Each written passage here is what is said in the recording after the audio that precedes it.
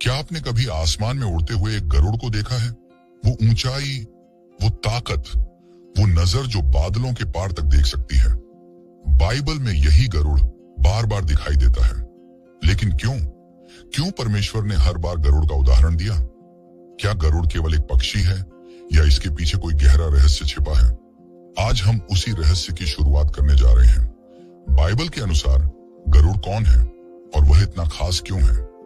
Bible का पहला संदर्भ जो गरुड़ के बारे में हमें मिलता है वो है निर्गमन अध्याय 19 वचन 4, जहां परमेश्वर इजरायलियों से कहता है, तुमने देखा है कि मैंने मिस्रियों के साथ क्या किया और कैसे मैंने तुम्हें गरुड़ के पंखों पर उठाकर अपने पास लाया। वाह, क्या आप देख सकते हैं कि परमेश्वर अपने लोगों से क्या कह रहा है? वो कह रहा है, मैंने तुम्हें गरुड़ के पंखों पर उठाया। इसका अर्थ यह है कि परमेश्वर अपने लोगों को सिर्फ बचाता नहीं, वो उन्हें अपनी ही ऊंचाइयों पर उठाता है। गरुड़ सिर्फ शक्ति का प्रतीक नहीं, वह परमेश्वर की देखभाल का प्रतीक है। जैसे एक माँ गरुड़ अपने बच्चों को अपने पंखों पर बैठाकर उड़ना सिखाती है, वैसे ही परमेश्वर अपने बच्चों को जीवन की ऊंचाइयों पर उड़ना सिखाता है। गरुड़ कोई साधारण पक्षी नहीं है, वह पृथ्वी पर उड़ने वाले पक्षियों में सबसे ऊंचा उड़ता है। वो बादलों के ऊपर तूफानों के पार उड़ता है। जहां और पक्षी डरकर नीचे लौट आते हैं, गरुड़ वहीं अपनी पंख फैलाकर तूफान की लहरों पर सवार हो जाता है। और यही कारण है कि बाइबल में गरुड़ को आत्मिक उड़ान का प्रतीक बताया गया है। गरुड़ जमीन से नहीं डरता, वो नीचे की समस्याओं में नहीं उलझता, वो ऊपर उठकर अपने दृष्टिकोण से देखता है। जब परमेश्वर कहता है, मैं तुम्हें गरुड़ के पंखों पर उठाऊंगा, तो वह कह रहा होता है, मैं तुम्हें ऐसी ऊंचाई पर ले जाऊंगा जहां तुम्हारी समस्याएं छोटी लगेंगी। अब जरा इस अद्भुत पद को देखें। व्यवस्था विवरण अध्याय 32 वचन 11, जैसे गरुड़ अपने घोंसले को जगाता है, अपने बच्चों पर मंडराता है, अपने पंख फैलाकर उन्हें उठाता है, वैसे ही यहोवा ने अपने लोगों को उठाया। क्या सुंदर तुलना है। गरुड़ जब अपने बच्चों को उड़ना सिखाता है तो पहले वह अपने घोंसले को हिलाता है ताकि बच्चे आराम की जगह छोड़कर उड़ना सीखें। वो उन्हें गिरने देता है, लेकिन गिरने से पहले अपने पंखों पर पकड़ लेता है। परमेश्वर भी हमारे साथ ऐसा ही करता है। कभी कभी जब जीवन का घोंसला हिलता है तो हमें लगता है कि सब बिखर गया, लेकिन वास्तव में परमेश्वर हमें उड़ना सिखा रहा होता है। वो हमें गिरने नहीं देता, बल्कि अपने पंखों पर पकड़कर कहता है, डर मत, मैं तेरे साथ हूं। गरुड़ की आंखें किसी भी पक्षी से ज्यादा तेज होती हैं। वो कई किलोमीटर दूर बैठे शिकार को साफ देख सकता है। बाइबल में यह आत्मिक दृष्टि का प्रतीक है। गरुड़ का संदेश है, ऊंचाई पर रहो पर अपनी दृष्टि तेज रखो। आध्यात्मिक जीवन में भी यही जरूरी है। दुनियावी चीजों में मत उलझो, बल्कि दूर तक देखो, परमेश्वर की योजना को पहचानो। कई बार हम नीचे की छोटी बातों में इतने फंस जाते हैं कि परमेश्वर जो दूर दिखा रहा है वो दिखना बंद हो जाता है। गरुड़ कहता है, ऊपर उड़ो ताकि तुम्हारी दृष्टि साफ हो जाए। गरुड़ की एक अनोखी बात है, जब उसकी उम्र बढ़ती है उसके पंख भारी हो जाते हैं, उसकी चोंच मुड़ जाती है, उसकी ताकत घटने लगती है। तब गरुड़ एक ऊंचे पर्वत पर चला जाता है। वो अपने पुराने पंखों को झाड़ देता है, अपनी चोंच को पत्थर पर मारकर तोड़ देता है और कई हफ्तों तक वहीं रहता है, जब तक नई चोंच, नए पंख और नई ताकत नहीं आ जाती। फिर वो पहले से ज्यादा ऊंचाई पर उड़ता है। यह प्रक्रिया दर्दनाक है लेकिन जीवनदायी है।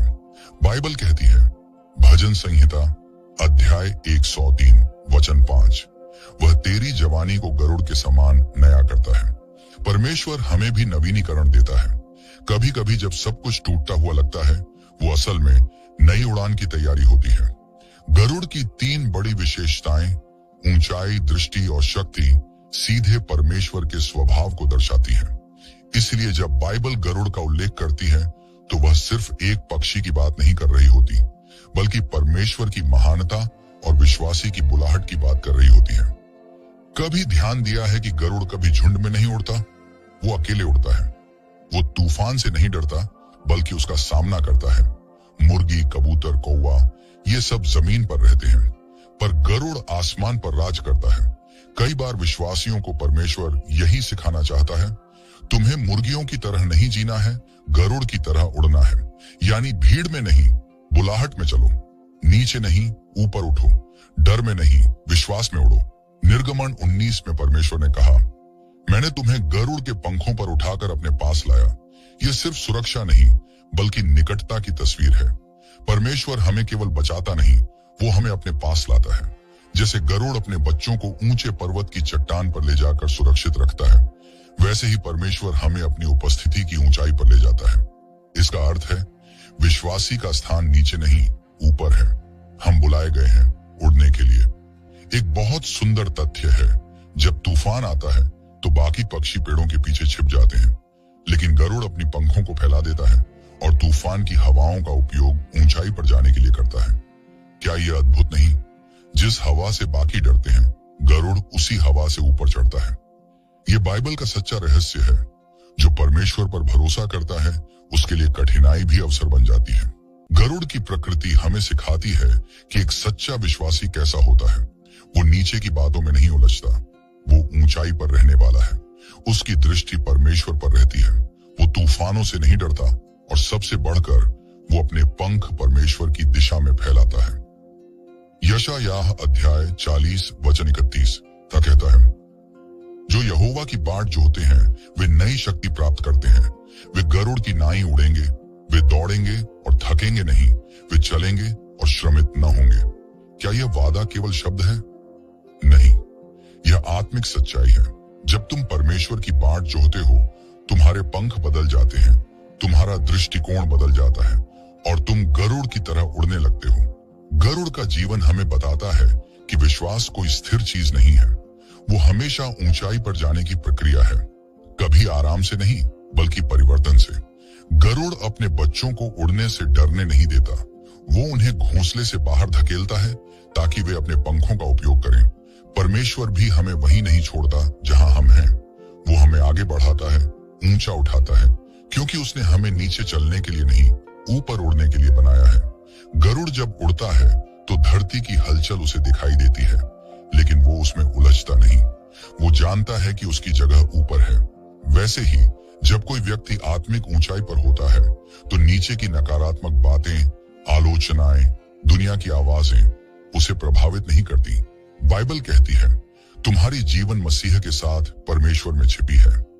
कुलुस्सियों अध्याय 3 वचन 3, यानी तुम्हारी जगह ऊंचाई में है, गरुड़ की तरह।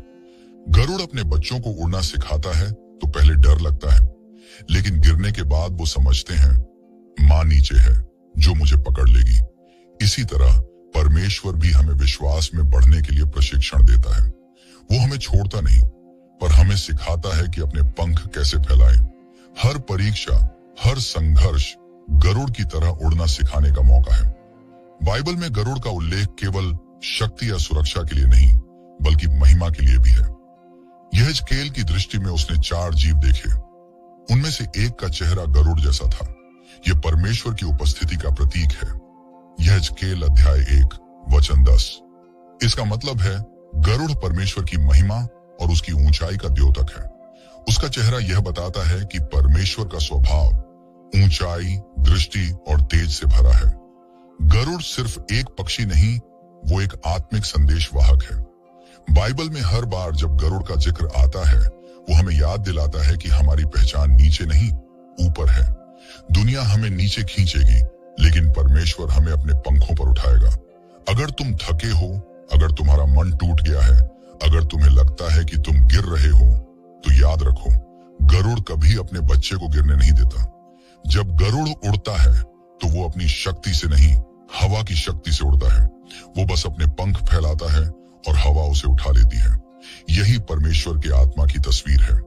जब हम अपनी कोशिश छोड़ देते हैं और पवित्र आत्मा की दिशा में अपने पंख फैलाते हैं, तो हम भी गरुड़ की तरह उड़ने लगते हैं। अब हम समझ चुके हैं कि गरुड़ सिर्फ एक पक्षी नहीं है, वो एक प्रतीक है, परमेश्वर की देखभाल, शक्ति और बुलाहट का। पर बाइबल में गरुड़ का उल्लेख यहीं तक नहीं रुकता। कई जगहों पर गरुड़ एक चेतावनी, एक भविष्यवाणी और कभी-कभी न्याय का भी प्रतीक बन जाता है। क्या आपको पता है, वही गरुड़ जो आज हमें परमेश्वर के प्रेम की तस्वीर दिखाता है, कल एक संदेशवाहक बनकर भविष्य की घटनाएं सुनाता है।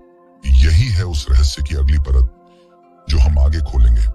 क्या आपने कभी सोचा है, एक गरुड़ जब आकाश में उड़ता है तो उसे इतनी शक्ति कहां से मिलती है? वो कैसे घंटों तक अपने पंख फैलाए रहता है, बिना थके, बिना गिरे, बिना डरे? बाइबल कहती है, जो यहोवा की बाट जोहते हैं वे नई शक्ति प्राप्त करते हैं, वे गरुड़ की नाई उड़ेंगे। यशायाह अध्याय 40 वचन 31। अब हम जानेंगे गरुड़ की शक्ति कहां से आती है और क्यों परमेश्वर ने इसे हमारे आत्मिक जीवन का उदाहरण बनाया। यशायाह नबी ने जब ये वचन बोले तब इजराइल थका हुआ था। लोग हताश थे, सोच रहे थे कि परमेश्वर ने हमें छोड़ दिया। तभी प्रभु ने उनसे कहा, क्या तू नहीं जानता? क्या तूने नहीं सुना? यहोवा सदा से परमेश्वर है, वह थकता नहीं और उसकी समझ असीम है। वह थके हुए को शक्ति देता है और निर्बलों को सामर्थ्य बढ़ाता है। पर जो यहोवा की बाट जोहते हैं वे नई शक्ति प्राप्त करते हैं, वे गरुड़ की नाई उड़ेंगे। यशायाह अध्याय 40 वचन 28 से 31। यह सिर्फ एक वादा नहीं था, यह एक आध्यात्मिक सिद्धांत था। गरुड़ जब ऊंचाई पर उड़ता है वो अपनी मांसपेशियों की ताकत से नहीं उड़ता, वो हवा की धाराओं पर भरोसा करता है। वैसे ही जो यहोवा की बाट जोहते हैं वे अपनी ताकत से नहीं, परमेश्वर की आत्मा की हवा से उड़ते हैं। एक गरुड़ जब उड़ान की तैयारी करता है तो वह तुरंत उड़ नहीं जाता। वो पहले चट्टान पर खड़ा होकर हवा की दिशा को देखता है। वो तब तक इंतजार करता है जब तक सही हवा ना आ जाए। जब हवा उठती है वो अपने पंख खोलता है और हवा खुद उसे उठा ले जाती है। इसका अर्थ है गरुड़ की शक्ति उसके पंखों में नहीं बल्कि उसकी प्रतीक्षा में है। बाइबल भी यही कहती है, जो यहोवा की बाट जोहते हैं, यानी जो अधीर नहीं होते, जो अपनी योजना छोड़कर परमेश्वर की योजना का इंतजार करते हैं, उन पर आत्मिक हवा चलती है। आज कई लोग थक गए हैं क्योंकि वे अपनी ही ताकत से उड़ने की कोशिश कर रहे हैं। लेकिन सच्ची शक्ति तब आती है जब हम रुक कर कहते हैं, प्रभु अब तू मेरी हवा बन। गरुड़ की सबसे बड़ी परीक्षा होती है तूफान। बाकी पक्षी जब तूफान देखते हैं तो डर कर छिप जाते हैं, लेकिन गरुड़ तूफान को देखकर मुस्कुराता है क्योंकि वो जानता है तूफान उसकी उड़ान को ऊंचाई देगा। गरुड़ तूफान के आने पर अपने पंख फैलाता है। वो नीचे नहीं भागता, ऊपर उठता है। हवाएं जो बाकी पक्षियों को गिरा देती हैं, उसी हवा से गरुड़ ऊंचाई पर पहुंचता है। इसी तरह जब हमारे जीवन में तूफान आता है, समस्याएं, निराशाएं, असफलताएं, वो हमें गिराने नहीं ऊपर उठाने के लिए आती हैं। गरुड़ हमें सिखाता है कि कठिनाई से भागो मत, उसे अपनी उड़ान के लिए इस्तेमाल करो। परमेश्वर कभी तूफान को रोकता नहीं, कभी कभी वो हमें तूफान के ऊपर उड़ना सिखाता है। अब हम आते हैं उस रहस्य पर जो गरुड़ की सबसे बड़ी विशेषता है, उसका नवीनीकरण। जब एक गरुड़ की उम्र बढ़ जाती है, उसके पंख भारी हो जाते हैं, उसकी चोंच मुड़ जाती है और उसकी उड़ान कमजोर पड़ने लगती है, तब वो एक ऊंचे पहाड़ की चोटी पर चला जाता है। वो अकेला बैठता है और फिर वो अपने पंख झाड़ देता है, अपनी चोंच को पत्थर पर मारकर तोड़ देता है। वो दर्द झेलता है, लेकिन धीरे धीरे नई चोंच, नए पंख और नई ताकत आने लगती है। जब वो वापस उड़ता है तो पहले से ज्यादा ऊंचा उड़ता है। इसीलिए भजन संहिता अध्याय 103 वचन 5 कहती है, वह तेरी जवानी को गरुड़ के समान नया करता है। यह दृश्य बताता है नवीनीकरण आराम से नहीं आता, त्याग से आता है। कभी कभी परमेश्वर हमें भी पहाड़ पर अकेला कर देता है। सब कुछ टूट जाता है, रिश्ते, योजनाएं, सपने। हम सोचते हैं सब खत्म हो गया, पर वही समय होता है जब परमेश्वर कहता है, मैं तुम्हें नया बना रहा हूं। बाइबल का सिद्धांत बहुत स्पष्ट है, वेट बिफोर यू फ्लाई। दुनिया कहती है भागो, परमेश्वर कहता है रुको। गरुड़ हमें सिखाता है कि सच्ची शक्ति भागने से नहीं, रुकने से आती है। जब तुम परमेश्वर की बाट जोहते हो तो आत्मा की नई शक्ति तुम्हारे भीतर भरती है। तुम्हारे विचार बदलते हैं, तुम्हारा दृष्टिकोण बदलता है, तुम पहले की तरह नहीं रहते। यशायाह अध्याय 30 वचन 15 में लिखा है, शांति और भरोसे में तुम्हारी शक्ति है।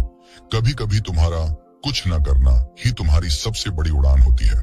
जब गरुड़ उड़ता है वो अपने पंखों को ज्यादा नहीं हिलाता, वो सिर्फ फैलाता है और हवा उसे उठा ले जाती है। वो लड़ता नहीं, संतुलन बनाए रखता है। यह मसीही जीवन का प्रतीक है। हम परमेश्वर के साथ संघर्ष नहीं करते, हम उसके साथ बहाव में चलते हैं। हम अपनी शक्ति पर नहीं, उसकी शक्ति पर भरोसा करते हैं। कई बार हम सोचते हैं मुझे और मेहनत करनी चाहिए और प्रार्थना करनी चाहिए, लेकिन सच्चाई ये है गरुड़ तब तक उड़ नहीं सकता जब तक हवा न चले। हवा परमेश्वर का आत्मा है। गरुड़ की तरह हमें बस अपने पंख फैलाने हैं। गरुड़ नीचे के झगड़ों में नहीं उतरता। अगर कोई कौवा उसे परेशान करे तो वो पलटकर जवाब नहीं देता, वो बस ऊपर उड़ जाता है, इतना ऊंचा कि कौवा खुद थक कर नीचे गिर जाता है। क्या यह एक गहरा पाठ नहीं है? जब कोई तुम्हें परेशान करे, आलोचना करे, नीचा दिखाए, तो लड़ो मत, ऊपर उठो।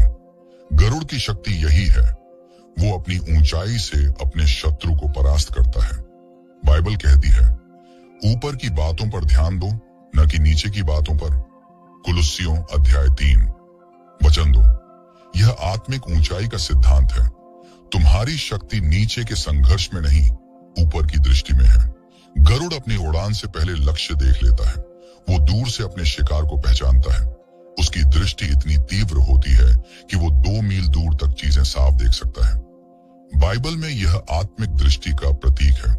जो व्यक्ति परमेश्वर की दृष्टि से देखता है वो डरता नहीं, थकता नहीं, क्योंकि उसे पता है कि उसकी दिशा सही है।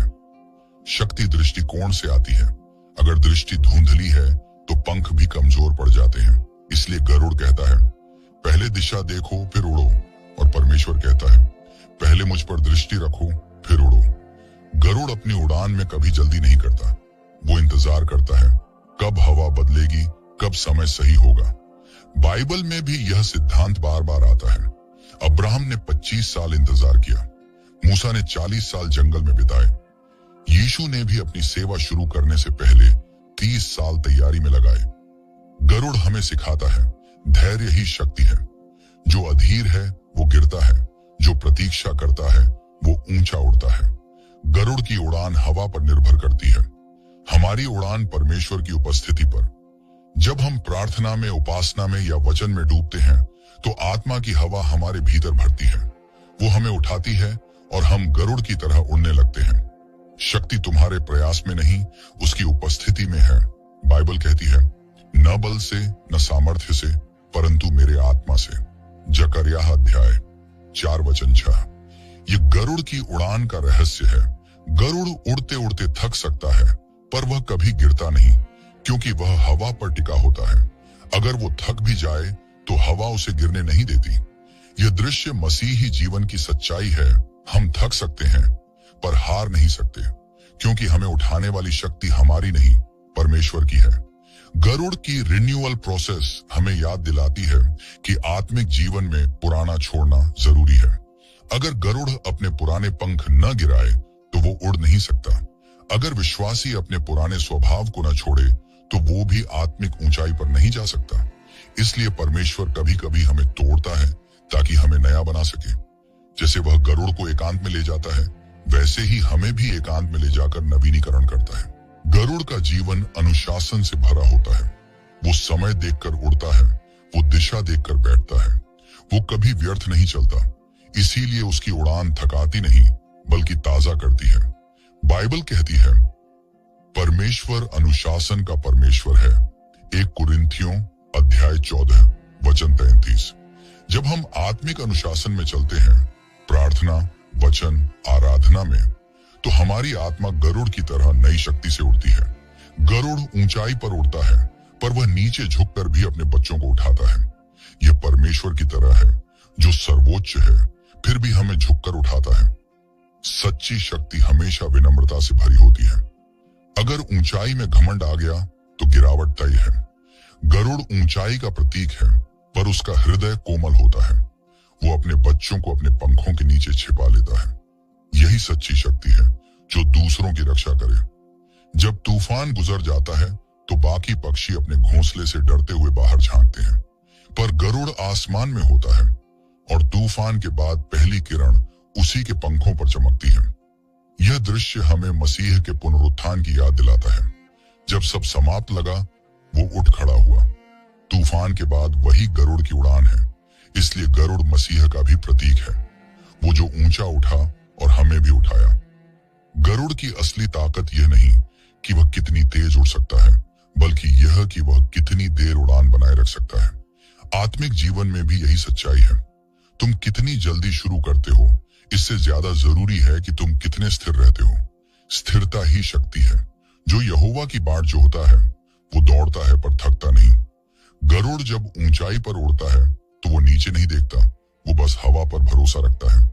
अगर वो नीचे देखे तो डर जाएगा, अगर वो खुद उड़ने की कोशिश करे तो गिर जाएगा। वो बस भरोसा करता है कि हवा उसे थामे रहेगी। यह फेथ का सटीक चित्र है। मसीही जीवन का सार यही है, भरोसा रखना जब कुछ दिखाई न दे। यही गरुड़ की शक्ति का रहस्य है। कभी कभी गरुड़ के पंख थक जाते हैं, वो पहाड़ की चोटी पर उतर जाता है, आराम करता है, फिर उड़ता है, पर वह रुकता नहीं। वो जानता है कि उड़ान उसकी पहचान है। अगर तुम थक गए हो तो याद रखो, थकना पाप नहीं है, हार मानना पाप है। आराम करो पर उड़ान मत छोड़ो, परमेश्वर तुम्हें उठाएगा। अब हम जानते हैं गरुड़ की शक्ति उसकी मांसपेशियों में नहीं, उसके भरोसे में है। उसकी उड़ान उसकी मेहनत से नहीं, उसकी प्रतीक्षा से है। उसका नवीनीकरण दर्द से आता है, पर उसका परिणाम महिमा है। परमेश्वर आज भी यही कह रहा है, मेरे बच्चे, तू थक गया है, पर मेरे पास नई शक्ति है गरुड़ की तरह उड़ने के लिए। अगर तू प्रतीक्षा करेगा तो मैं तुझे ऊंचा उठाऊंगा। क्या आप जानते हैं, बाइबल में एक जगह पर गरुड़ चेतावनी का दूत बनकर भी आता है। वो केवल शक्ति का नहीं, न्याय का प्रतीक भी है। एक ऐसा समय जब परमेश्वर ने गरुड़ को संदेशवाहक बनाया, जो आकाश में उड़ता हुआ कहता है, हाय हाय हाय उन पर जो पृथ्वी पर रहते हैं। यह दृश्य बाइबल के सबसे रहस्यमय भागों में से एक है। क्यों परमेश्वर ने गरुड़ को चेतावनी देने वाला चुना? क्या यह वही गरुड़ है जो हमें उठाता था, या कोई और प्रतीक? यही रहस्य हम आगे जानेंगे। क्या आपने कभी गौर किया है कि बाइबल में गरुड़ हमेशा सिर्फ प्रेरणा का प्रतीक नहीं रहा? कई बार वही गरुड़ जो परमेश्वर की सुरक्षा का प्रतीक था, अचानक चेतावनी देने लगता है। वो आकाश में उड़ता है और उसकी आवाज गूंजती है, हाय हाय हाय उन पर जो पृथ्वी पर रहते हैं। प्रकाशित वाक्य अध्याय 8 वचन 13। यही वह रहस्यमय पल है जब गरुड़ आशा से न्याय की ओर मुड़ जाता है। आज हम जानेंगे क्यों परमेश्वर ने गरुड़ को चेतावनी का वाहक बनाया और इसका आत्मिक अर्थ क्या है। गरुड़ की उड़ान ऊंची होती है, पर उसकी आंखें धरती तक पहुंचती हैं। वो परमेश्वर और मानव के बीच का प्रतीक बनता है, जो ऊपर से सब देख सकता है और नीचे के लोगों को संदेश पहुंचा सकता है। यही कारण है कि परमेश्वर ने कई भविष्यवाणियों में गरुड़ का उपयोग संदेश वाहक के रूप में किया। कभी वह न्याय का दूत बनता है, कभी चेतावनी का, कभी राष्ट्रों पर परमेश्वर के हाथ का संकेत। चलो पहले एक भविष्यवाणी देखें। यिर्मयाह अध्याय 48 वचन 40। क्योंकि यहोवा यूं कहता है, देखो वह गरुड़ के समान उड़कर आएगा और अपने पंख मोआब पर फैलाएगा। यहाँ गरुड़ किसी पक्षी का वर्णन नहीं, बल्कि राज्य की शक्ति का प्रतीक है, जो अचानक तीव्रता से और विनाश लाने के लिए आता है। मोआब घमंडी था, वो इजराइल का विरोध करता था। परमेश्वर ने कहा, मैं गरुड़ के समान आऊंगा, यानी मैं न्याय लाऊंगा और कोई नहीं बच सकेगा। गरुड़ का यह रूप हमें याद दिलाता है कि परमेश्वर सिर्फ प्रेमी नहीं, न्यायी भी है। वो जो गरुड़ के पंखों पर हमें उठाता है, वही गरुड़ के पंखों से हमें चेतावनी भी देता है। अब देखें होशे अध्याय 8 वचन 1। तुरही को अपने मुंह पर रख, क्योंकि एक गरुड़ यहोवा के घर पर उतर आया है, क्योंकि उन्होंने मेरी वाचा का उल्लंघन किया और मेरी व्यवस्था को भंग किया है। यहाँ गरुड़ न्याय का दूत है। परमेश्वर कहता है, गरुड़ मेरे घर पर उतर आया है। क्यों? क्योंकि लोगों ने उसकी वाचा तोड़ी, उसकी व्यवस्था को तुच्छ समझा। गरुड़ यहाँ परमेश्वर की चेतावनी का प्रतीक है। वो कहता है, सावधान हो जाओ, न्याय आने वाला है। ये बाइबल का वह पहलू है जहां परमेश्वर अपने लोगों को समय रहते जगाना चाहता है।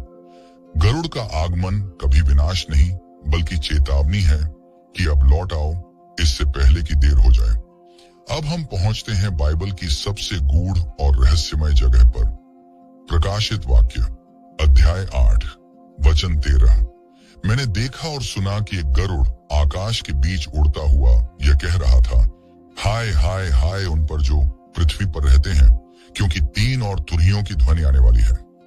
यह दृश्य अत्यंत शक्तिशाली है। यह सिर्फ किसी पक्षी का नहीं बल्कि एक दैवीय संदेशवाहक का चित्र है। वो गरुड़ आसमान के बीच में उड़ता है, यानी धरती और स्वर्ग के बीच में। उसकी आवाज सबको सुनाई देती है। वह घोषणा करता है, हाय, न्याय आ रहा है। यह बाइबल का वह क्षण है जब परमेश्वर अंतिम चेतावनी दे रहा होता है। गरुड़ यहाँ प्रतीक है आसन्न संकट का, पर साथ ही पश्चाताप के अवसर का भी। गरुड़ के मुंह से 3 बार हाय निकलता है। 3 बाइबल में पूर्णता का अंक है। इसका अर्थ है परमेश्वर का न्याय अब पूर्ण होने जा रहा है। यह 3 हाय 3 आने वाली विपत्तियों का संकेत देता है, जो प्रकाशित वाक्य की 3 तुरहियों से जुड़ा है। पर क्या यह डराने के लिए है? नहीं, यह जगाने के लिए है। यह एक अंतिम बुलावा है। अब भी समय है, लौट आओ। गरुड़ की यह पुकार हमें बताती है कि परमेश्वर आखिरी समय में भी अपनी दया का द्वार बंद नहीं करता। गरुड़ ऊंचाई से देखता है। वो वहां खड़ा होता है जहां इंसान नहीं पहुंच सकता। जब वह बोलता है तो उसकी आवाज दूर दूर तक गूंजती है। बाइबल में यह दृष्टिकोण भविष्यवाणी की दृष्टि का प्रतीक है। गरुड़ उन भविष्यद्वक्ताओं की तरह है जो परमेश्वर की ओर से बोलते हैं। वे लोगों को चेतावनी देते हैं, भले ही लोग सुनना ना चाहें। इसीलिए गरुड़ की पुकार कभी लोकप्रिय नहीं होती, लेकिन सत्य होती है। कई बार बाइबल में गरुड़ का उपयोग राष्ट्रों के पतन की भविष्यवाणी के लिए भी हुआ। व्यवस्था विवरण अध्याय 28 वचन 49 कहता है, यहोवा तेरे विरुद्ध दूर से एक जाति को जैसे गरुड़ उड़कर आता है पृथ्वी के छोर से चढ़ा लाएगा। यहाँ भी गरुड़ किसी पक्षी का नहीं बल्कि एक आने वाले आक्रमणकारी राष्ट्र का प्रतीक है। परमेश्वर चेतावनी देता है, अगर तुम मुझसे दूर हो जाओगे तो मैं गरुड़ की तरह तेजी से आने वाले शत्रु को भेजूंगा। यह दंड नहीं बल्कि चेतावनी है कि अवज्ञा का परिणाम अवश्य आता है।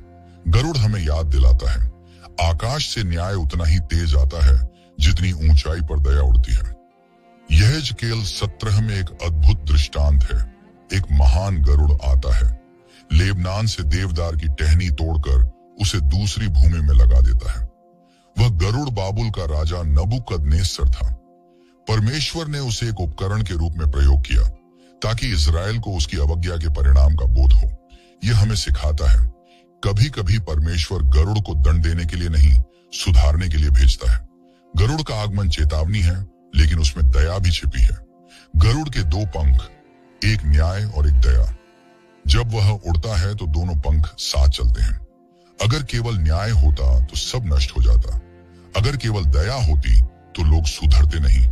परमेश्वर गरुड़ की तरह दोनों का संतुलन रखता है। वो पहले चेतावनी देता है, फिर सुधार का अवसर देता है, और अगर कोई नहीं सुनता तो न्याय करता है। यही कारण है कि गरुड़ का संदेश इतना गंभीर और पवित्र है। गरुड़ की चेतावनी की पुकार सिर्फ डराने के लिए नहीं होती, वो जागाने के लिए होती है। जब एक गरुड़ चिल्लाता है तो उसकी आवाज मीलों दूर तक गूंजती है। वो अपने बच्चों को बुलाता है, सावधान हो जाओ, खतरा पास है। वैसे ही परमेश्वर की आत्मा आज भी बोल रही है, जागो, समय कम है, मैं वापस आने वाला हूं, तैयार हो जाओ। गरुड़ की पुकार पवित्र आत्मा की पुकार बन गई है, जो हर आत्मा को कह रही है, लौट आओ, अब भी देर नहीं हुई। बाइबल में हर चेतावनी के साथ आशा छिपी होती है। गरुड़ की पुकार डर नहीं, एक अवसर है। जब यिर्मयाह ने कहा, गरुड़ मोआब पर उड़ता हुआ आ रहा है, उसका अर्थ यह नहीं था कि परमेश्वर नष्ट करना चाहता है, बल्कि यह कि परमेश्वर लौटने का मौका दे रहा है। अगर गरुड़ बोल रहा है तो इसका मतलब है कि दया का द्वार अब भी खुला है। आज भी गरुड़ की पुकार संसार में गूंज रही है। प्राकृतिक आपदाएं, राष्ट्रों के युद्ध, आत्मिक ठंडापन, ये सब उसी पुकार के हिस्से हैं। ये संसार उस बिंदु पर पहुंच चुका है जहां परमेश्वर फिर से गरुड़ को उड़ा रहा है, चेतावनी देने के लिए। वो कह रहा है, देखो, मैं द्वार पर खड़ा हूं। प्रकाशित वाक्य अध्याय 3 वचन 20। गरुड़ का उड़ना समय की गिनती शुरू होने का संकेत है। बाइबल कहती है, यीशु की गवाही ही भविष्यवाणी की आत्मा है। प्रकाशित वाक्य अध्याय 19 वचन 10। गरुड़ उसी आत्मा का प्रतीक है। वो भविष्य की बातों को प्रकट करता है, परमेश्वर की इच्छा को दिखाता है। इसलिए जब गरुड़ चेतावनी देता है तो वो डराने के लिए नहीं बल्कि तैयार करने के लिए देता है। गरुड़ कहता है, आकाश से संदेश आया है, सुनो, समझो और तैयार रहो। क्या आप जानते हैं, यीशु ने भी गरुड़ का उल्लेख अंत समय की भविष्यवाणी में किया था। मत्ती अध्याय 24 वचन 28, जहां लाश होगी वहां गरुड़ इकट्ठे होंगे। यह वाक्य रहस्यमय है। कई विद्वानों ने कहा, यह न्याय का चित्र है। जब संसार अपने पापों से मर जाएगा, गरुड़ यानी परमेश्वर का न्याय वहां उतर आएगा। यह भी एक चेतावनी है कि जब आत्मिक जीवन समाप्त हो जाता है तो परमेश्वर का न्याय आ पहुंचता है। लेकिन यह भी संकेत है कि गरुड़ यानी चुने हुए उस स्थान पर इकट्ठे होंगे जहां प्रभु प्रकट होगा। यानी यह चेतावनी और प्रतिज्ञा दोनों है। गरुड़ ऊंचाई से सब देखता है, वो हर हलचल पर नजर रखता है। बाइबल में यह आत्मिक जागरूकता का प्रतीक है। परमेश्वर का आत्मा हमें हर दिन चेताता है, यह रास्ता सही है नहीं, यह निर्णय आत्मिक नहीं, यह वाणी पवित्र नहीं। यह वही गरुड़ की पुकार है जो हमारे अंतःकरण में बोलती है। अगर हम ध्यान दें तो हमें वह आवाज सुनाई देती है, लौट आओ, अब भी समय है। कभी कभी बाइबल के शब्द सिर्फ कहानियां नहीं होते, वे संकेत होते हैं जो आने वाले समय की भविष्यवाणी करते हैं। गरुड़ भी ऐसा ही एक प्रतीक है। पहले हमने देखा कि गरुड़ शक्ति, सुरक्षा और परमेश्वर के वचन का प्रतीक है, पर अब बाइबल हमें दिखाती है गरुड़ अंत समय की योजना में भी एक महत्वपूर्ण भूमिका निभाता है। प्रकाशित वाक्य 12 में लिखा है, स्त्री को 2 बड़े गरुड़ के पंख दिए गए ताकि वह जंगल में उस स्थान को उड़कर चली जाए जहां परमेश्वर ने उसके लिए स्थान तैयार किया था। यह स्त्री परमेश्वर की कलीसिया का प्रतीक है जो संकट और उत्पीड़न से गुजरती है। अजगर यानी शैतान उसे निगलना चाहता है, पर परमेश्वर उसे गरुड़ के पंख देता है। मतलब परमेश्वर अपने लोगों को ऊंचा उठा लेता है जहां दुश्मन का हाथ नहीं पहुंच सकता। ये गरुड़ कोई साधारण पक्षी नहीं, ये परमेश्वर की दैवीय सुरक्षा है जो हर युग में अपने विश्वासियों को ढकती रही है। जैसे इस्राएल को मिस्र से निकाला गया, वैसे ही अंत समय में परमेश्वर अपने लोगों को संसार के अंधकार से निकाल लेगा। गरुड़ तूफान से नहीं डरता, वो उसी में उड़ान भरता है।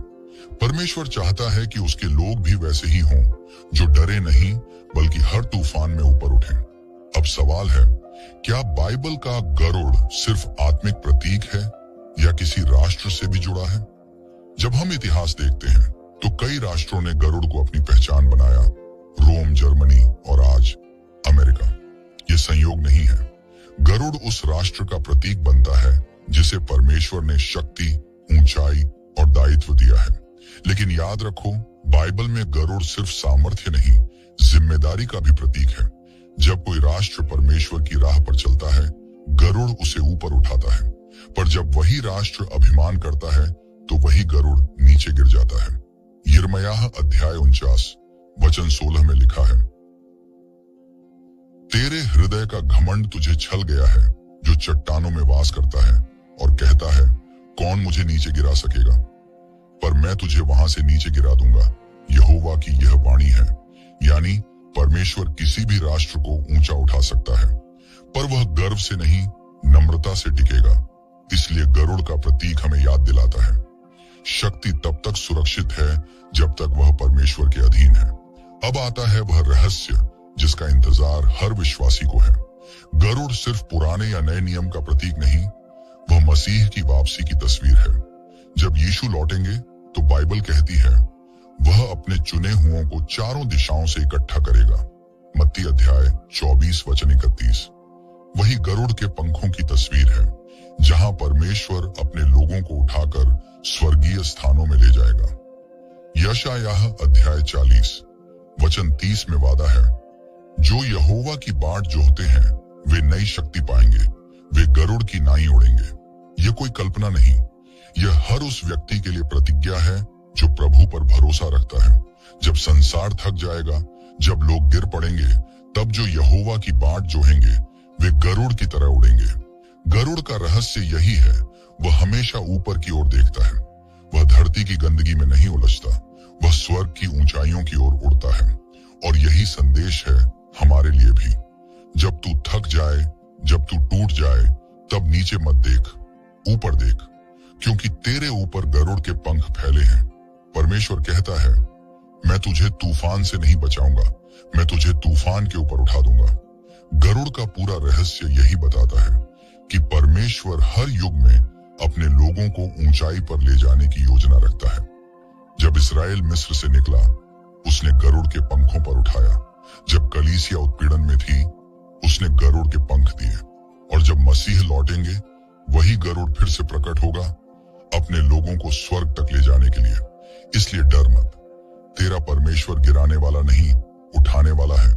बस यहोवा की बाट जो हो, और तू भी गरुड़ की तरह उड़ जाएगा, तूफानों से ऊपर, संसार की हर सीमा से परे, सीधे परमेश्वर की उपस्थिति में। अगर तू भी गरुड़ की तरह उड़ना चाहता है, तो अपने पंखों को खुद मत हिलाना, उन्हें परमेश्वर के हवाले कर दे, क्योंकि जब उसकी हवा बहती है तो सबसे टूटा हुआ पंख भी स्वर्ग तक उड़ सकता है।